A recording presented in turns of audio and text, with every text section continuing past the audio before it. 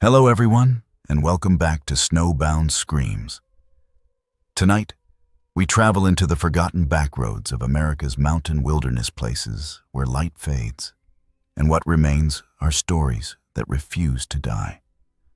Specifically, we journey into the heart of the Rocky Mountains, that formidable spine stretching from Canada to New Mexico, where park rangers serve as the thin line between civilization and the vast unknown. Across these peaks, valleys, and remote outposts are accounts drawn from witness reports, Park Service files, and archived broadcasts, each one verified, recorded, and retold in their own words. These are the stories of those who patrol our protected lands, the men and women who sometimes encounter phenomena that defy explanation in the course of their duties. The Rocky Mountains span over 3,000 miles, encompassing numerous national parks, forests, and wilderness areas. Rangers working in these territories face natural dangers daily. Extreme weather, treacherous terrain, and wildlife encounters are part of the job. But occasionally, they face something else entirely, something that doesn't appear in any training manual or field guide. In tonight's extended episode, we'll examine 8 cases spanning 5 decades, all documented by Park Service employees in the Rocky Mountain region. These accounts come from official incident reports, audio recordings, and first-hand testimony. They represent a small fraction of the unusual encounters that occur each year in America's wilderness areas, from unexplained lights in the sky to mysterious voices on the radio. From impossible footprints in the snow to encounters with beings that don't match any known species, these are the stories that keep rangers looking over their shoulders long after their shifts end. What follows is not speculation or folklore. These are documented events with official records, multiple witnesses, and lasting physical evidence in some cases. They represent the unexplained phenomena that occur in the wilderness when no one is watching except, sometimes, those tasked with protecting it. Now, let us begin with our first story. It was late October of 1978 when Ranger Daniel Mitchell first noticed something unusual in the backcountry of Rocky Mountain National Park. At 42, Daniel had spent 15 years with the National Park Service, the last 7 patrolling the remote western section of the park. He knew these mountains better than most people know their own neighborhoods, every trail, every ridge, every seasonal change. That autumn had been particularly harsh, with early snowstorms driving most visitors from the higher elevations. Daniel found himself alone for days at a time in the remote patrol cabin near Timber Creek, a small wooden structure built in the 1930s that served as a base for backcountry operations. The cabin sat in a small valley surrounded by dense lodgepole pine forests and towering granite peaks that rose dramatically against the Colorado sky. The first incident occurred on October 23rd, during what should have been a routine patrol of the trail system around Timber Lake. Daniel had set out that morning under a steel gray sky, the air crisp with the promise of winter. He followed the familiar path through the forest, his boots crunching on the early season snow that dusted the ground in patches. The forest was unnaturally quiet that day. Even the usual chorus of birds and squirrels seemed absent. As he rounded a bend about 3 miles from the cabin, Daniel noticed something that made him stop. There, in the middle of the trail, was a set of footprints that didn't match any hiking boot or shoe he'd ever seen. They were elongated, with what appeared to be only 4 toes and measured approximately 14 inches in length. What disturbed him most was their depth. Whatever had made these impressions was heavy, far heavier than any human could be while still maintaining a human-sized foot. Daniel photographed the prints with his service camera and made detailed measurements in his field notebook. He continued his patrol, but the feeling of being watched never left him. Every snapping twig, Every rustle of leaves in the wind seemed amplified in the silence of the forest. When he returned to the cabin that evening, he double-checked the deadbolts on the door, something he hadn't done in years. 2 days later, while conducting a wildlife survey near the Kawuniche Valley, Daniel heard something that defied explanation. He had stopped to observe a herd of elk grazing in a meadow when he heard what sounded like rocks being struck together in a rhythmic pattern. The sound echoed through the valley, seeming to come from multiple directions at once. It wasn't the random clatter of rockfall, there was an intelligence to it, a deliberate cadence that suggested communication. Daniel radioed dispatch to report the unusual sounds, but the response came back with static and interference, unusual for that area of the park.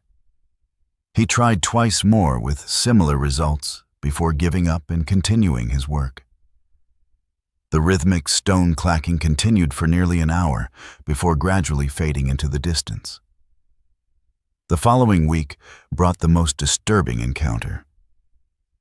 Daniel was returning to his cabin after dark when he noticed a series of large stones arranged in a pattern near the trail, roughly circular, with a larger stone in the center. He hadn't noticed these earlier in the day, and he knew he hadn't passed this way recently. The stones were too large to have been moved by a single person, and there were no vehicle tracks or signs of human activity nearby. What chilled him most was finding a similar arrangement of stones approximately 50 yards from his cabin when he returned. These stones were arranged in a line pointing directly toward the cabin door. Daniel had worked in wilderness areas for most of his adult life and had never encountered anything like this. Neither human nor animal behavior could explain what he was seeing. The final incident occurred on November 2nd during a snowstorm that swept through the park. Daniel had been out checking on a remote weather station when the storm intensified, forcing him to return to the cabin early. As he approached the cabin, he saw a large, dark shape moving through the trees near the structure. The figure was taller than any human, at least 8 feet by his estimation, and covered in dark hair or fur. It moved with an unnatural silence despite its size, disappearing into the forest before Daniel could get a clear look or reach for his binoculars. Daniel filed an official report with park headquarters after this incident, including photographs of the footprints and stone arrangements. His supervisor, Ranger Thomas Wexler, conducted a follow-up investigation but found no additional evidence.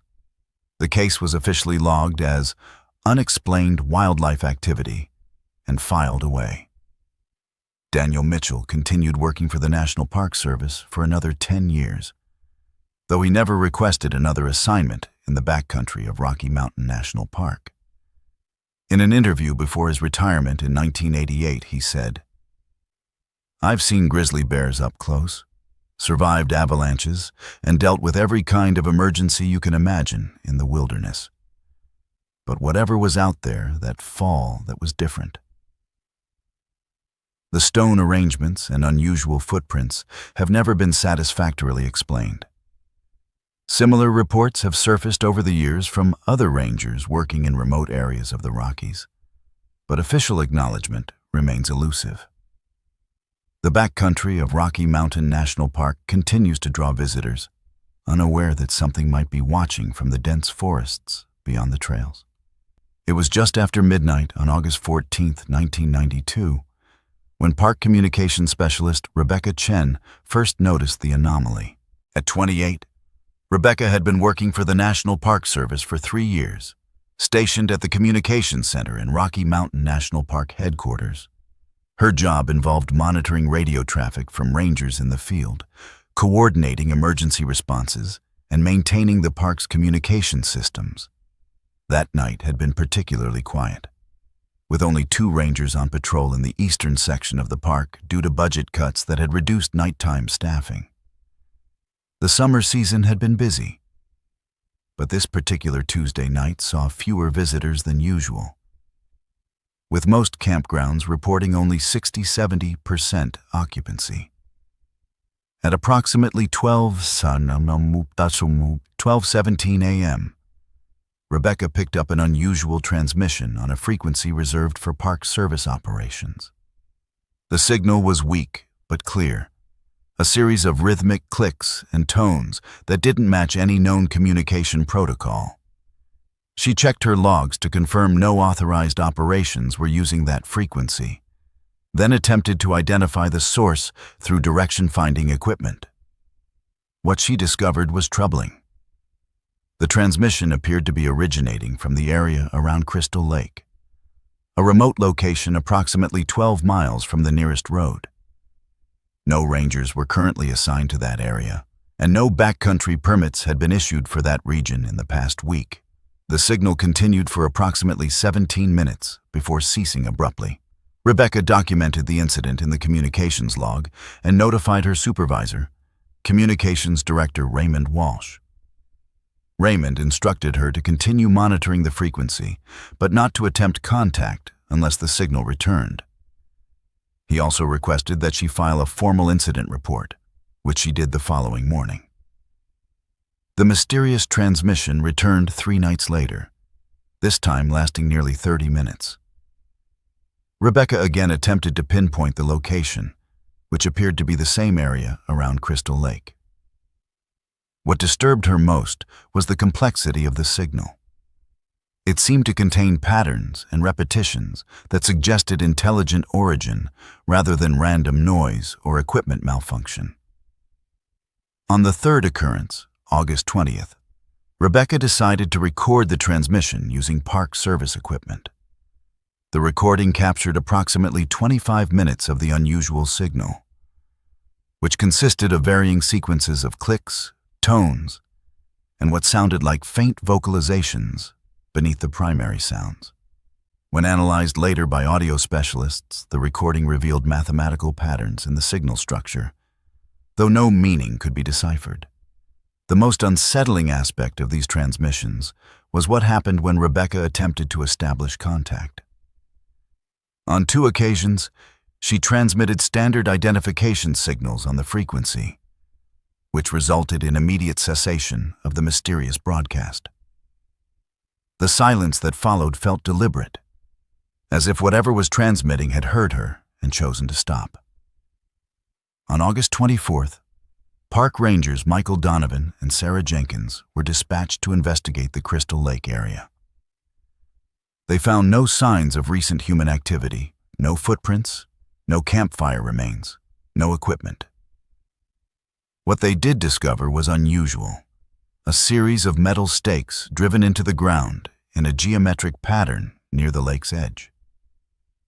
The stakes appeared to be of non-standard manufacture, with no markings or identification. Each was topped with a small crystalline structure that seemed to serve no apparent purpose. The Rangers photographed the arrangement and collected one of the stakes for analysis. When tested, the metal was found to be an alloy of unknown composition, containing elements not typically found together in manufactured materials. The crystalline structures proved even more mysterious. They appeared to be quartz-like substances with unusual electrical properties. That night, Rebecca received another transmission, this time noticeably different from previous ones.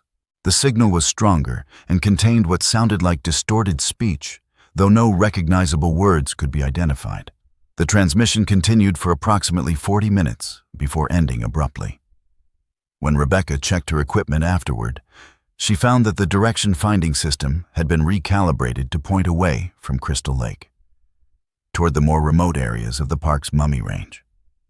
The following day, Rangers Donovan and Jenkins returned to Crystal Lake to find that the remaining stakes had been removed, with no trace left behind except for small holes in the ground where they had been placed. The area showed no signs of vehicle traffic or human passage. Despite the difficulty of accessing the location without specialized equipment, Rebecca Chen continued working at the communications center for another 2 years, though she never again encountered transmissions like those from August 1992. In a statement given to Park Service investigators in 1993, she said, "I've worked with radio communications for most of my career, and I know equipment malfunctions, atmospheric phenomena, and unauthorized transmissions." The Crystal Lake transmissions were officially logged as unidentified radio signals of unknown origin, and were never fully explained. The metal stake collected by rangers was reportedly sent to a government facility for analysis, but the results were never released to Park Service personnel. Similar mysterious transmissions have been reported by other Park Service employees over the years, though none as well documented as the Crystal Lake incident of 1992. The Communications Center at Rocky Mountain National Park continues to monitor all frequencies. But whatever transmitted those signals in the summer of 1992 has never returned, at least not on frequencies we can detect. It was early June of 2005 when Ranger Thomas Miller began his final patrol in the Never Summer Mountains of Rocky Mountain National Park. At 34, Thomas had been with the National Park Service for 8 years, specializing in high-altitude rescue operations and backcountry surveillance. He was known for his physical endurance and familiarity with the most remote sections of the park. Thomas set out on June 3rd for what was scheduled to be a 5-day patrol of the Never Summer Wilderness area. His route would take him through some of the most isolated terrain in the park, where elevations exceed 12,000 feet and weather conditions can change rapidly. He was equipped with standard ranger gear, including emergency supplies, GPS equipment, and a satellite phone for areas without radio coverage. The first 2 days of his patrol proceeded as expected, with Thomas checking in at scheduled times via satellite phone. On the evening of June 5th, he made his last scheduled contact, reporting from a campsite near Parika Lake. He mentioned unusual cloud formations, but otherwise indicated that everything was proceeding normally. When Thomas failed to check in on the morning of June 6th, dispatch initially attributed it to possible equipment malfunction or poor weather conditions. However, when he missed his second scheduled contact that evening, a search operation was initiated.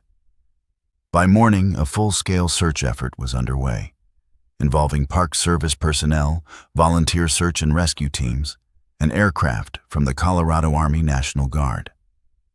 The search team located Thomas's campsite near Parika Lake on June 7th. The site appeared undisturbed, with his tent still standing and equipment properly stored. His satellite phone was found inside the tent, fully functional. His pack, water filtration system, and most of his emergency supplies were also present. What was missing were Thomas's sidearm, his Park Service radio, and the notebook he used for recording observations and incidents.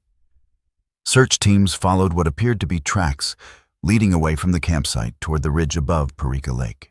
The tracks matched Thomas's issued boots and suggested he had left camp in a hurry, without taking time to gather essential equipment. The tracks led approximately half a mile up the slope before disappearing at a rocky outcropping. A more extensive search of the area revealed additional disturbing evidence. Approximately 3/4 of a mile from the campsite, searchers discovered a circular area of flattened vegetation approximately 20 feet in diameter. Within this circle, several small stones had been arranged in patterns that didn't appear to be natural formations.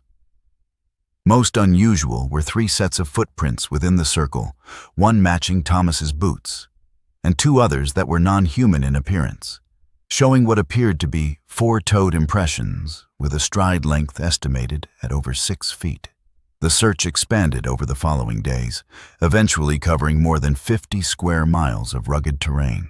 Aircraft equipped with thermal imaging technology conducted systematic sweeps of the area, while ground teams explored likely locations where Thomas might have sought shelter or where an accident might have occurred.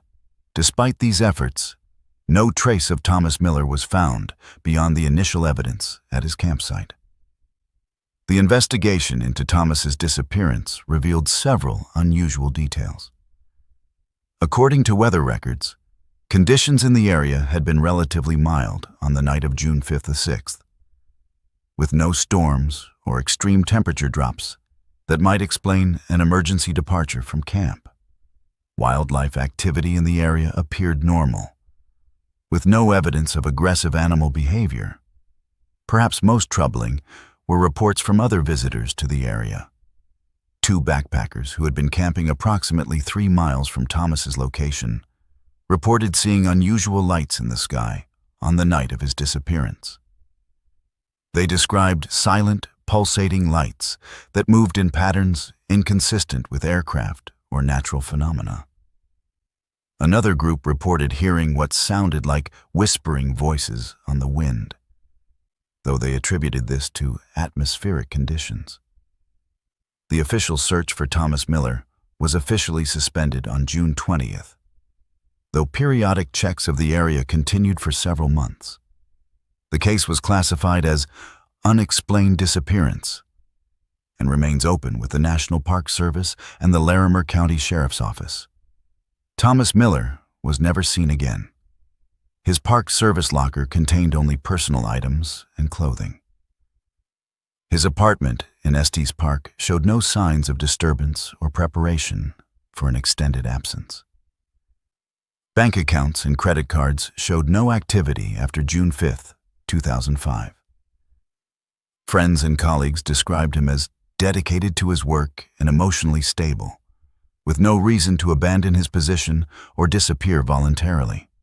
In the years following Thomas's disappearance, other rangers working in the Never Summer Mountains have reported unusual phenomena: strange lights, unexplained sounds, and the feeling of being watched in remote areas. Most notable was a 2011 incident in which a ranger conducting a wildlife survey discovered geometric patterns of stones similar to those found near Thomas's campsite. The disappearance of Thomas Miller remains one of the most puzzling mysteries in the history of Rocky Mountain National Park. No definitive explanation has ever been offered for his vanishing, though theories range from an encounter with an unknown creature to abduction by non-human entities. What is certain is that something happened to Thomas Miller in the wilderness of the Never Summer Mountains on that June night in 2005. Something that left behind only a deserted campsite, mysterious footprints, and questions that remain unanswered to this day. It was mid-September of 2016 when seasonal ranger Alex Thompson first encountered what would become known as the Phantom Hiker of Rocky Mountain National Park. At 24, Alex was working his first season with the National Park Service, assigned to patrol the popular Bear Lake corridor. He was an experienced hiker and outdoorsman, familiar with the area from numerous personal trips before joining the Park Service. The first encounter occurred on September 12th, while Alex was conducting a late afternoon patrol of the trail to Emerald Lake. The weather was turning, with dark clouds gathering over the Continental Divide, conditions that typically cleared the trails of casual hikers. As he made his way down the trail, he passed a solitary figure climbing toward the lake. What struck Alex as unusual was the hiker's appearance and equipment.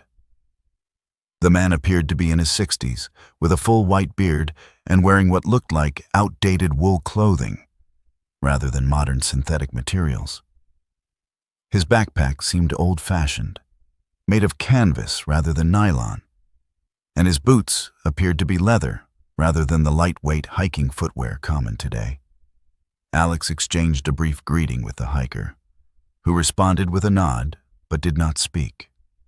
The man's face seemed strangely pale, and he moved with an unusual gait, almost floating rather than walking with the normal effort required at that altitude. Alex noted the man's park pass was hanging from his pack, though he couldn't make out the details from a distance. When Alex reached the trailhead approximately 30 minutes later, he mentioned the encounter to the visitor services staff. They confirmed that no one matching that description had entered the park that day, and no permits for backcountry camping had been issued to anyone of that age in the Bear Lake area. Alex thought little more of it, assuming the man might have been staying at one of the lodges outside the park entrance. 3 days later, On September 15th, Alex encountered the same figure while patrolling the trail to Dream Lake.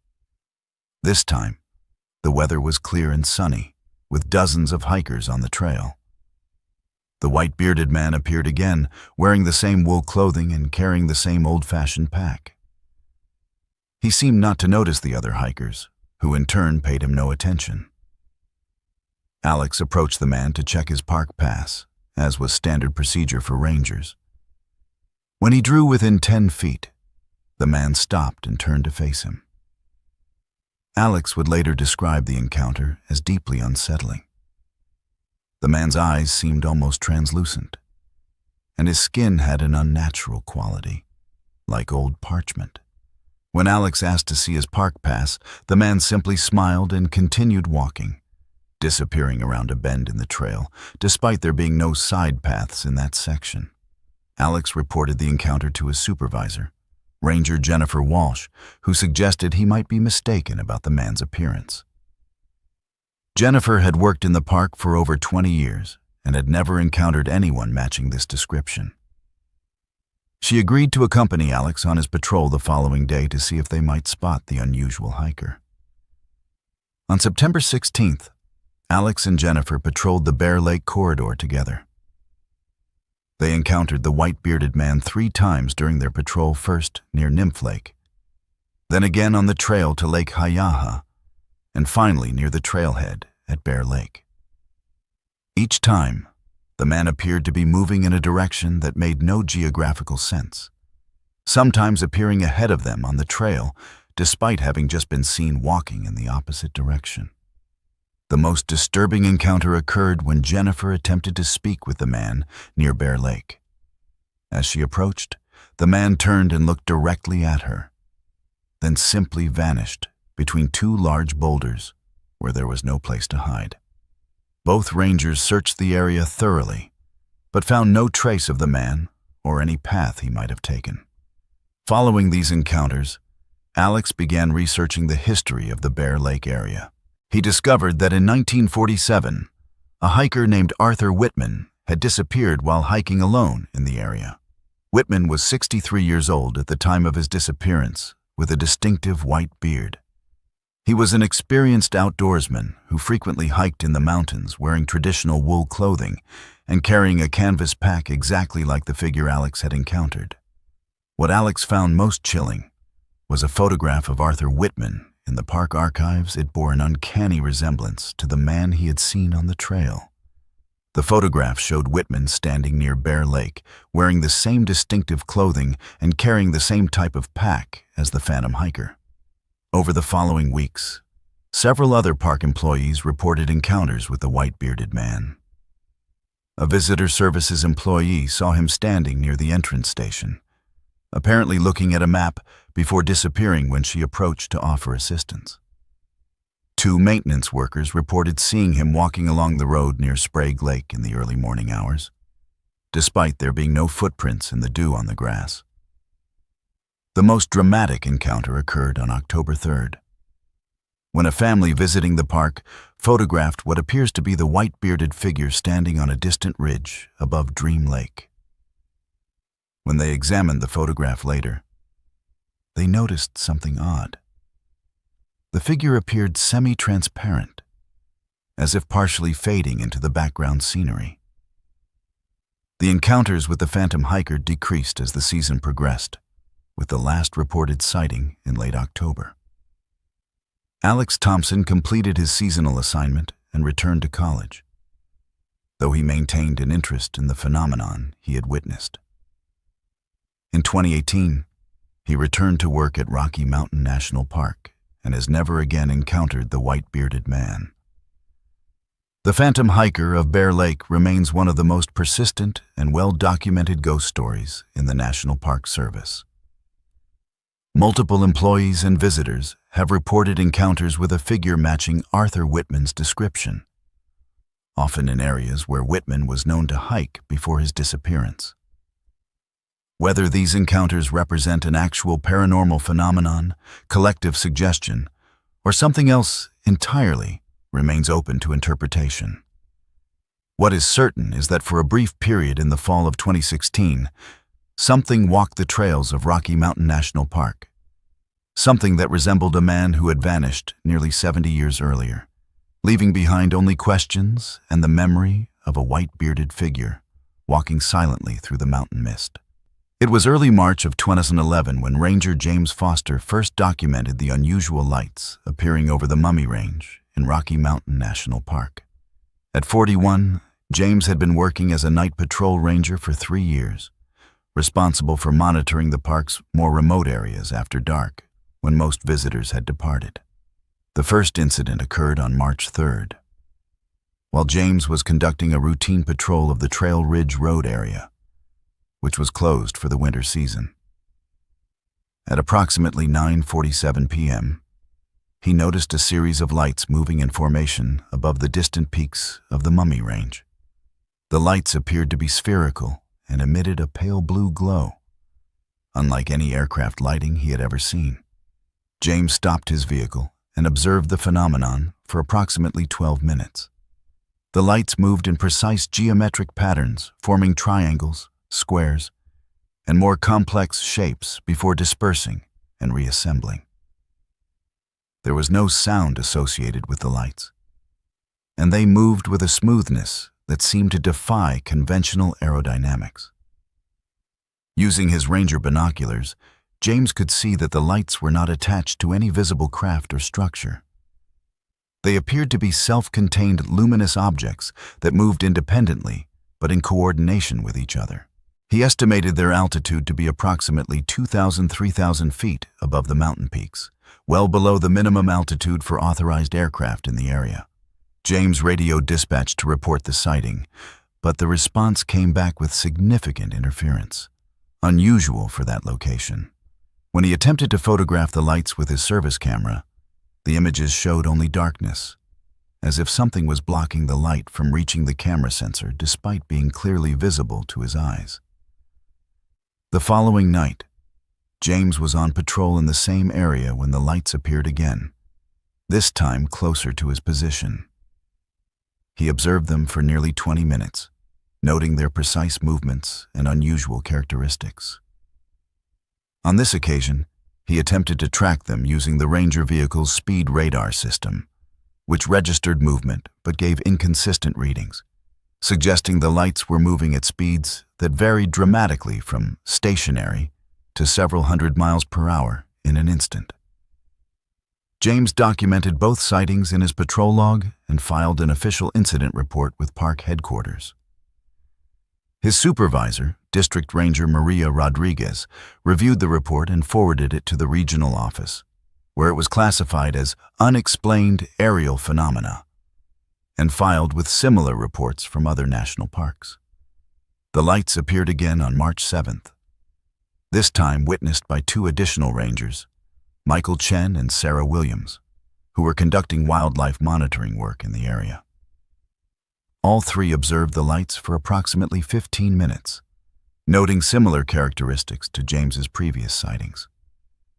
On this occasion, the lights appeared to interact with the environment below, causing the snow on certain slopes to glow with a faint blue light that persisted for several minutes after the lights had departed. Perhaps the most compelling evidence came on March 12th, when a group of astronomers from the University of Colorado were conducting observations at a research station near the park boundary. They witnessed the lights and were able to capture them on specialized equipment designed for astrophotography. Their images showed the lights in detail, revealing a complex internal structure that appeared to change as the lights moved.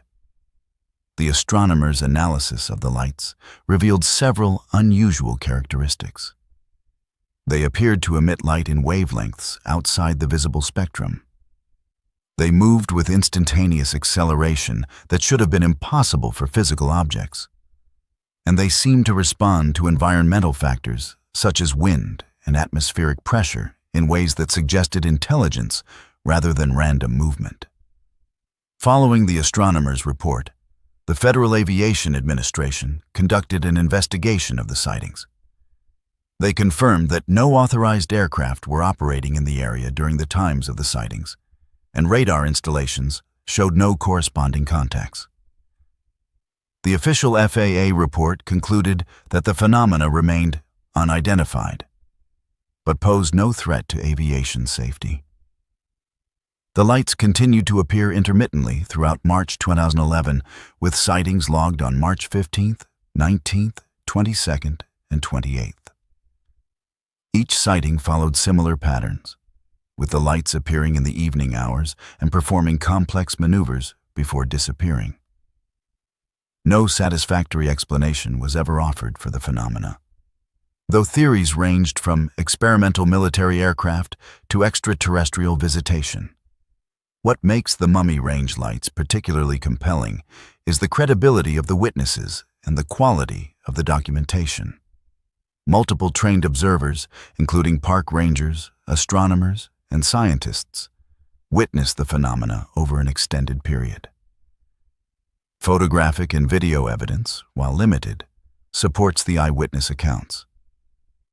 James Foster continued working as a night patrol ranger until his retirement in 2018. In an interview for the park's Oral History Project, he reflected on his experiences. "I've spent thousands of nights in those mountains, and I've seen every natural phenomenon you can imagine: aurora borealis, ball lightning, atmospheric reflections. But those lights were something else entirely. They moved with purpose, with intelligence." The Mummy Range lights have never been satisfactorily explained. Similar phenomena have been reported in other wilderness areas across the United States, suggesting this is not an isolated incident.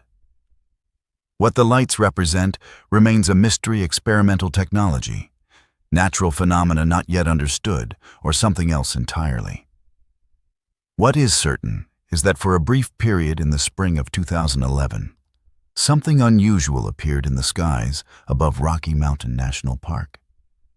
The rangers who witnessed these phenomena were trained observers familiar with the night sky and all that normally occurs there.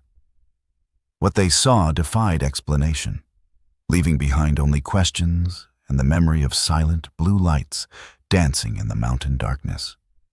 It was late July of 2014 when archaeology intern Maya Patel first discovered the unusual stone structures while conducting a survey in the remote Lumpy Ridge area of Rocky Mountain National Park. At 23, Maya was a graduate student in archaeology participating in a summer internship program with the National Park Service. Her assignment involved documenting previously unrecorded archaeological sites in the park's backcountry.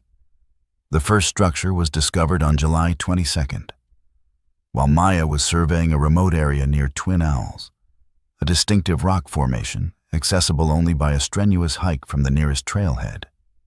As she documented a previously recorded Native American site, she noticed what appeared to be a carefully constructed stone cairn approximately 200 yards from the main site. What distinguished this cairn from typical trail markers was its construction and composition. It stood approximately 4 feet high and was built with precision that suggested advanced knowledge of engineering principles. The stones were fitted together without mortar in a way that created remarkable stability, despite the structure's height and slenderness. Most unusual were the specific types of stones used, several varieties that were not native to the immediate area, some of which would have required transport from several miles away. Maya photographed and documented the structure, noting its unusual characteristics in her field notes.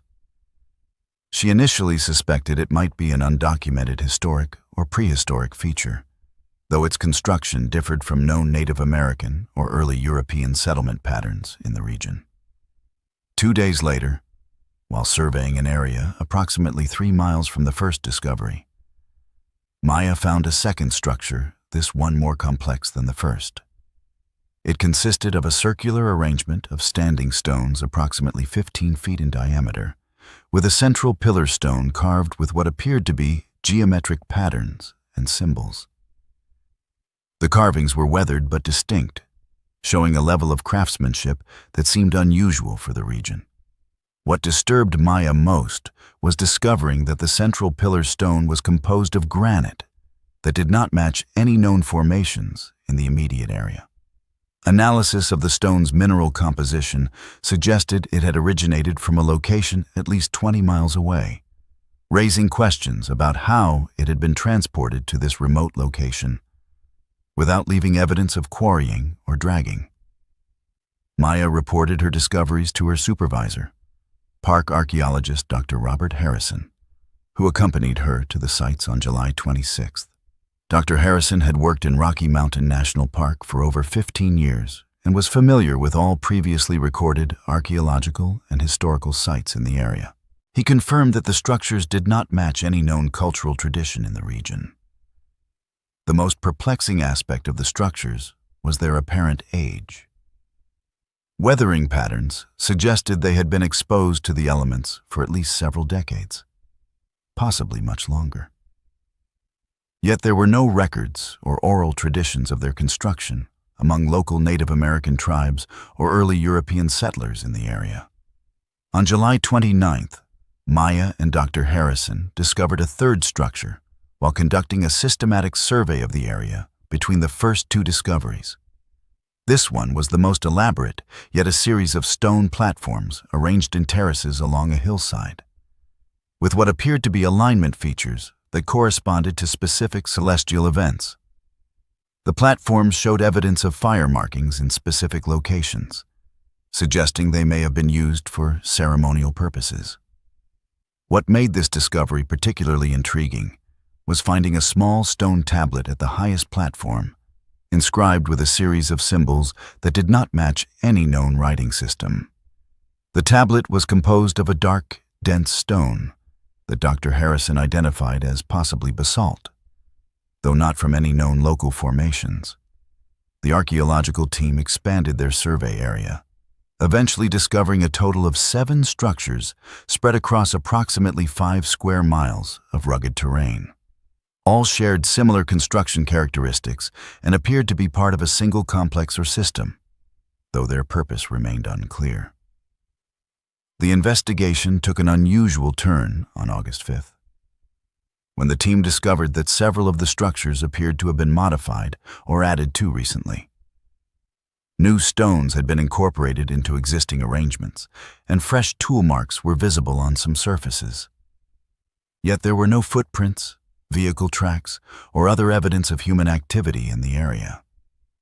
Dr. Harrison reported these developments to park headquarters, which prompted a more extensive investigation involving park rangers, law enforcement personnel, and additional archaeological specialists. The area was monitored for several weeks, but no evidence of who might be maintaining or modifying the structures was ever discovered. The most disturbing discovery came on August 17th, when Maya found a newly constructed structure near the original survey area. This one appeared to have been built within the previous 24-48 hours, consisting of a spiral arrangement of stones approximately 20 feet in diameter. At its center was a stone similar to the tablet discovered earlier, this time with additional symbols that appeared to be a continuation of the same writing system. What troubled Maya most was finding footprints near this new structure, not human footprints, but impressions that suggested a bipedal creature approximately 7 feet tall, with a foot structure different from humans. The prints were clear in the soft soil near the structure, but disappeared on the surrounding rocky terrain. The archaeological team documented all discoveries with photographs, measurements, and detailed notes. Samples were collected for analysis, including pollen samples from beneath the structures, which could help establish their age through radiocarbon dating. The results suggested that while some elements of the structures were indeed decades or even centuries old, others were relatively recent, with some modifications occurring within the past few years. The investigation concluded in September 2014, with the area designated as a protected archaeological site. Access was restricted to authorized personnel only, and additional monitoring equipment was installed to document any further changes to the structures. Maya Patel completed her internship and returned to graduate school, though she continued to analyze the data collected during the investigation. In a paper published in the Journal of Anomalous Archaeology in 2017, she documented the structures and their unusual characteristics without drawing definitive conclusions about their origin or purpose. The stone structures of Lumpy Ridge remain one of the most puzzling archaeological mysteries in the National Park Service. Their construction suggests advanced knowledge of engineering and astronomy, yet they don't correspond to any known cultural tradition. Their apparent maintenance and modification by unknown entities raises questions about who or what might be responsible. Perhaps most troubling is the evidence suggesting that whoever or whatever created these structures continues to maintain them to this day, adding new elements and modifying existing arrangements without leaving behind conventional evidence of their presence. The Lumpy Ridge structures represent a mystery that challenges our understanding of the past and suggests that some wilderness areas may hold secrets far older and more complex than we can imagine. It was early June of 2008 when veteran ranger Benjamin "Ben" Carter first noticed the anomaly in the remote backcountry of Rocky Mountain National Park. At 46, Ben had been working with the National Park Service for 22 years. The last 15 in Rocky Mountain. He knew the park's trail system better than anyone, having personally hiked every marked trail and most of the unofficial routes as well. The incident occurred while Ben was conducting a seasonal assessment of trail conditions and submissions in the remote northwest section of the park, an area known as the Shadow Cliffs region. This area contained only one marked trail, a 6-mile route to a remote alpine lake that saw fewer than 50 visitors per year due to its difficult access. Ben had set out on June 5th to check the trail after reports of unusual conditions from a backcountry ranger who had visited the area a week earlier. The first 2 miles of trail appeared normal, though Ben noticed that the usual signs of animal activity were absent: no tracks, no scat, none of the evidence of wildlife that typically characterized this area. As he approached the 3-mile mark, Ben noticed something that made him stop. The trail ahead appeared different. The vegetation seemed denser, the trees closer together, the ground more covered with undergrowth than he remembered from his previous visits just months earlier. The trail markers were missing, and the path itself seemed less distinct, as if it hadn't been traveled recently. Ben consulted his GPS unit, which confirmed he was on the correct route. He continued forward, noting that the forest seemed unusually quiet. Even the normal sounds of birds and insects were absent. The air felt heavy and still, with no breeze despite the open nature of the terrain he was traversing. At approximately the 4-mile mark, Ben encountered something that deeply troubled him. The trail simply ended, not gradually fading as unmaintained trails sometimes do, but terminating abruptly at a wall of dense vegetation that showed no sign of passage.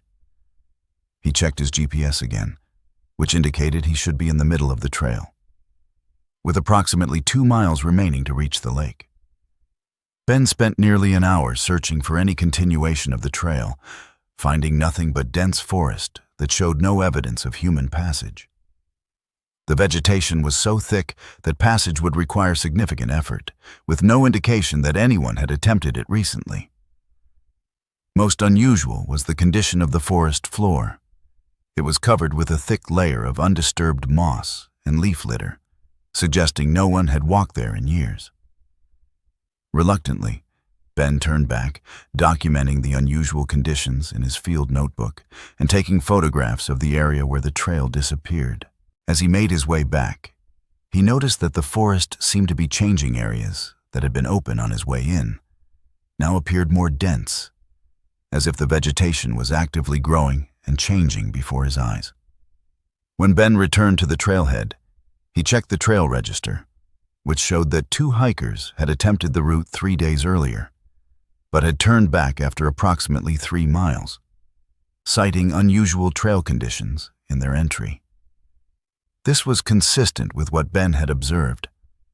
though it didn't explain the dramatic changes he had witnessed. The following day, Ben returned with 2 other rangers to investigate further. 5-mile mark. The forest appeared denser than before, with vegetation that seemed to have grown significantly in just 24 hours.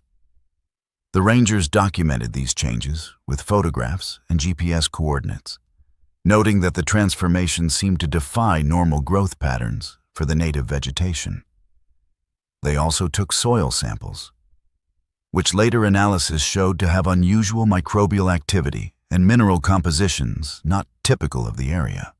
Over the following week, Ben led several expeditions to the Shadow Cliffs Trail, each time finding that the trail had receded further, with the forest becoming increasingly dense and impenetrable. By June 12th, less than a mile of trail remained accessible from the trailhead, with the rest having been consumed by what appeared to be unusually rapid forest growth. What most disturbed the rangers was the absence of any normal forest activity in the affected area. No wildlife, no insects, none of the usual sounds and signs of a healthy forest ecosystem. The vegetation itself appeared unusual, with some plants showing growth patterns and characteristics that didn't match known species in the region. A team of biologists and ecologists was dispatched to study the phenomenon, but their investigation was limited by the inaccessibility of the affected area. Dr. Eleanor Vance, a forest ecologist from the University of Colorado who participated in the study, later wrote, "The vegetation changes we observed in the Shadow Cliffs area defy normal biological processes. Growth rates exceeded anything documented in temperate forest ecosystems, and the species composition appeared to shift within days rather than decades or centuries." The most disturbing development occurred on June 20th, when satellite imagery revealed that the entire Shadow Cliffs basin appeared to have changed, with forest density increasing dramatically and the alpine lake at the end of the trail seemingly disappearing beneath new vegetation. Yet when ground teams attempted to verify these changes, they found the area completely inaccessible, with vegetation so dense that passage was impossible without significant clearing operations. The Shadow Cliffs phenomenon was documented in a series of reports filed with the National Park Service, but no official explanation was ever offered. The trail remained closed, and eventually, all references to it were removed from park maps and literature, as if the trail had never existed. Ben Carter continued working for the National Park Service until his retirement in 2016. In an interview before his retirement, he reflected on the Shadow Cliffs incident. "I've spent my life working in wilderness areas, and I understand how forests grow and change. But what happened in that valley wasn't natural. It was as if the forest was alive in a way we don't understand, actively reclaiming the land and erasing evidence of human presence." The Shadow Cliffs Trail remains closed to this day, and the area where it once existed has become one of the most restricted zones in Rocky Mountain National Park. Occasionally, rangers patrolling the perimeter report unusual phenomena: strange lights in the sky above the valley, unexplained sounds, and the feeling of being watched by something unseen. What happened to the Shadow Cliffs Trail remains one of the most puzzling mysteries in the history of the National Park Service. Whether it represents an unknown natural phenomenon, some form of environmental response to human activity, or something else entirely, remains open to speculation.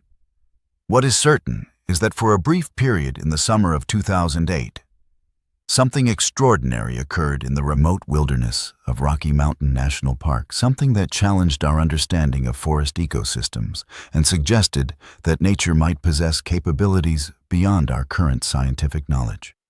It was late October of 2019 when park communications specialist Jessica Ramirez first heard the voice that would haunt her for months to come. At 32, Jessica had been working for the National Park Service for 5 years, stationed at the Communications Center in Rocky Mountain National Park. Her job involved monitoring radio traffic from rangers in the field, coordinating emergency responses, and maintaining the park's communication systems. The first incident occurred on October 28th. During what should have been a routine night shift, the park was operating on reduced fall staffing, with only 3 rangers on patrol in the vast wilderness areas.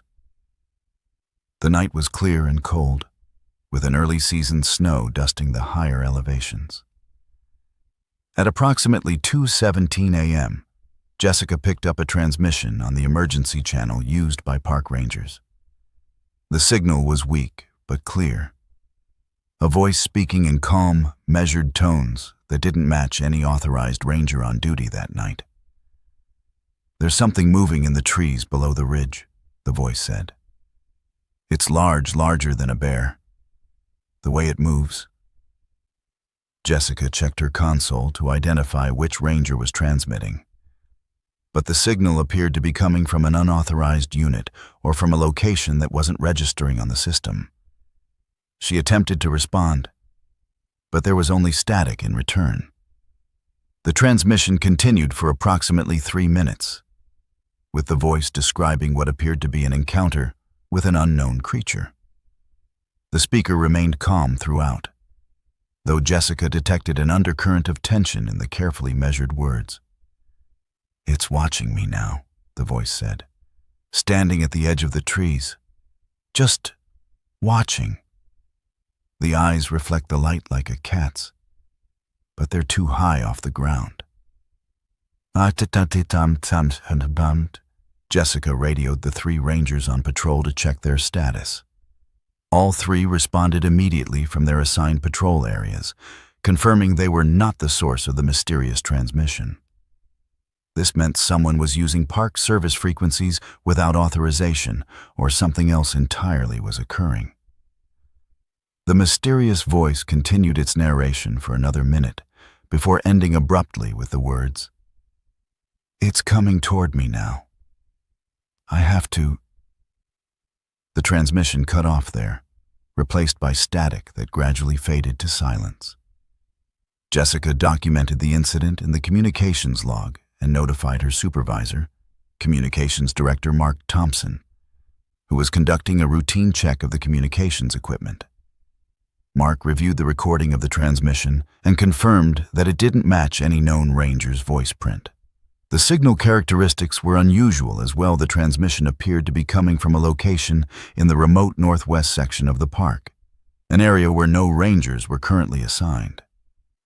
The following night, October 29th, Jessica heard the voice again at approximately 1:43 a.m. This time, the transmission was clearer, though the content was even more disturbing.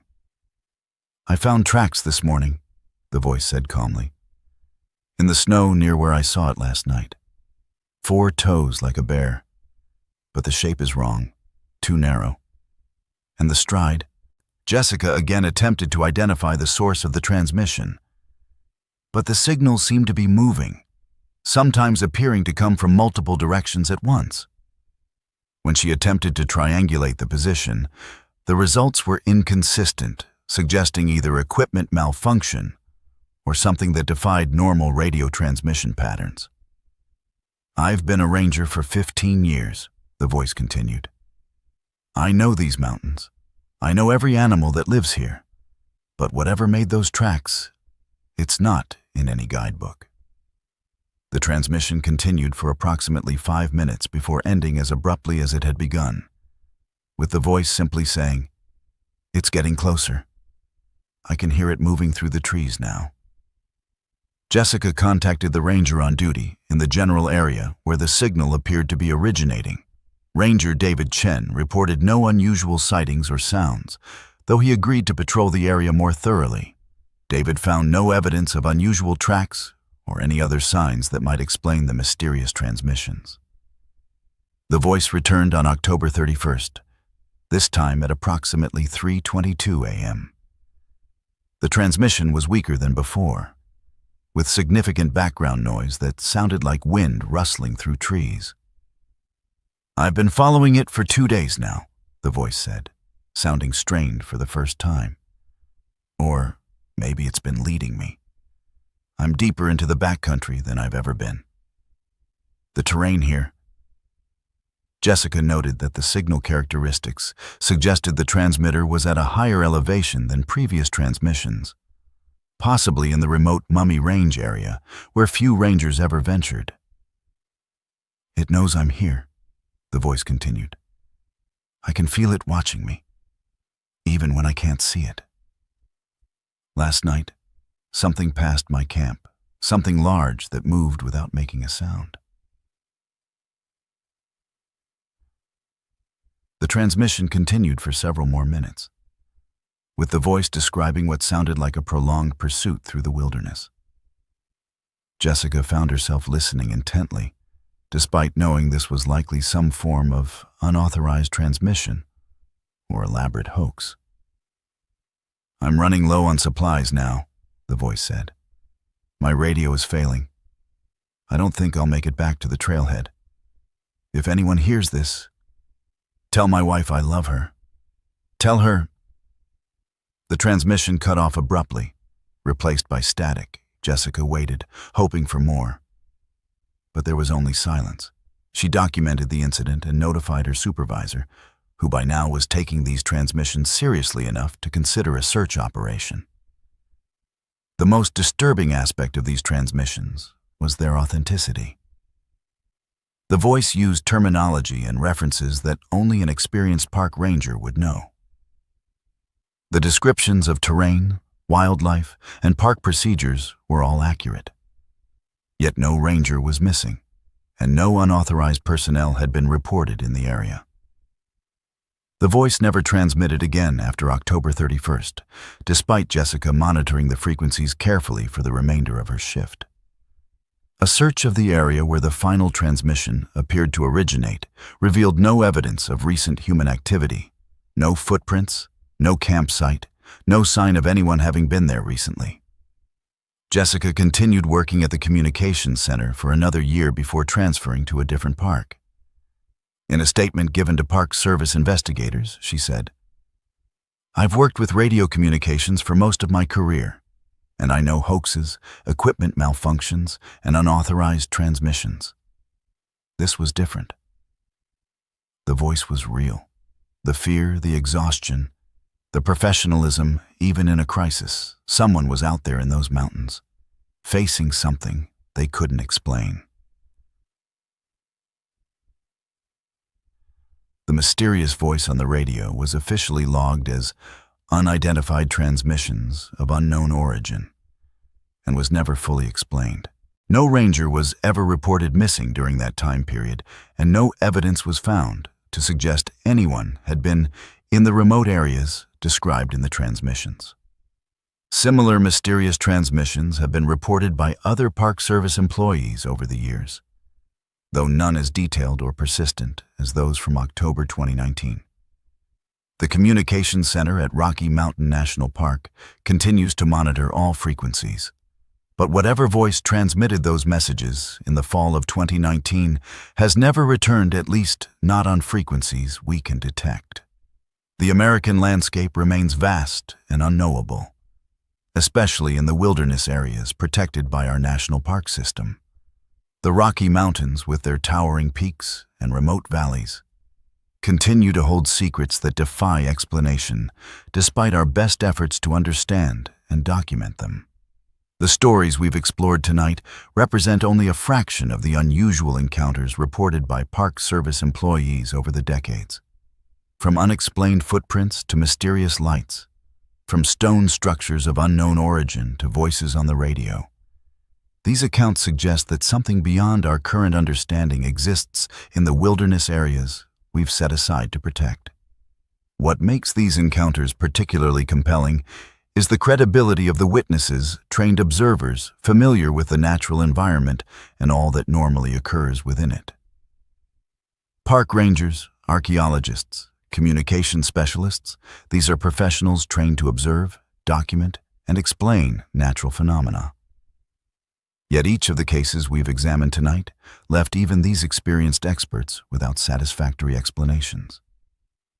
The Rocky Mountains span thousands of miles across multiple states, encompassing diverse ecosystems and terrain types. Within this vast wilderness, there remain areas rarely visited by humans, places where the natural world exists largely unchanged by human activity.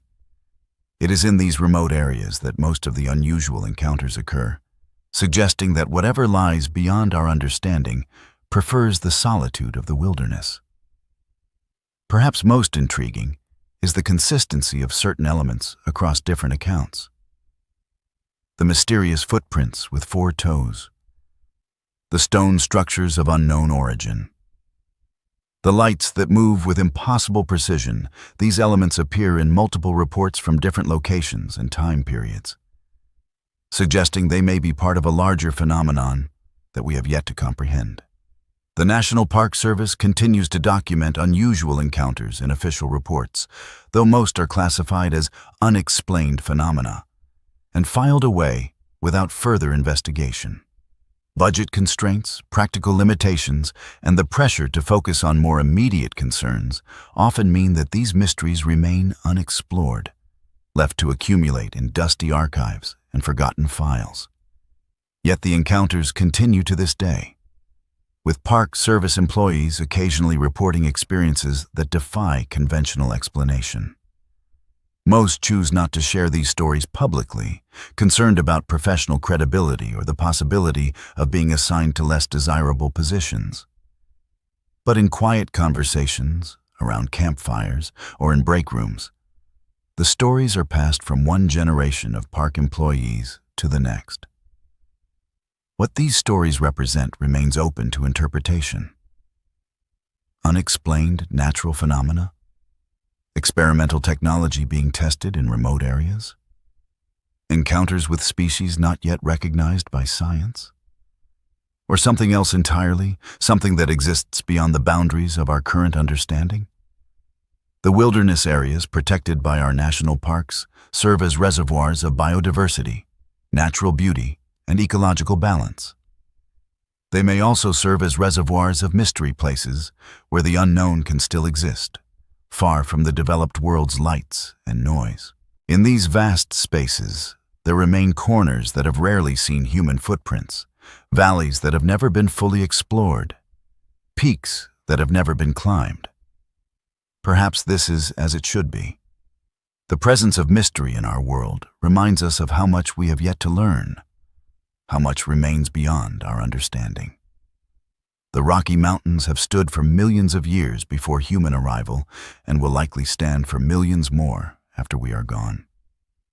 Whatever secrets they hold may remain forever beyond our comprehension. The park rangers who patrol these wilderness areas serve as guardians of these secrets as much as they serve as protectors of the natural environment. They walk the boundary between the known and unknown, between the documented and the mysterious.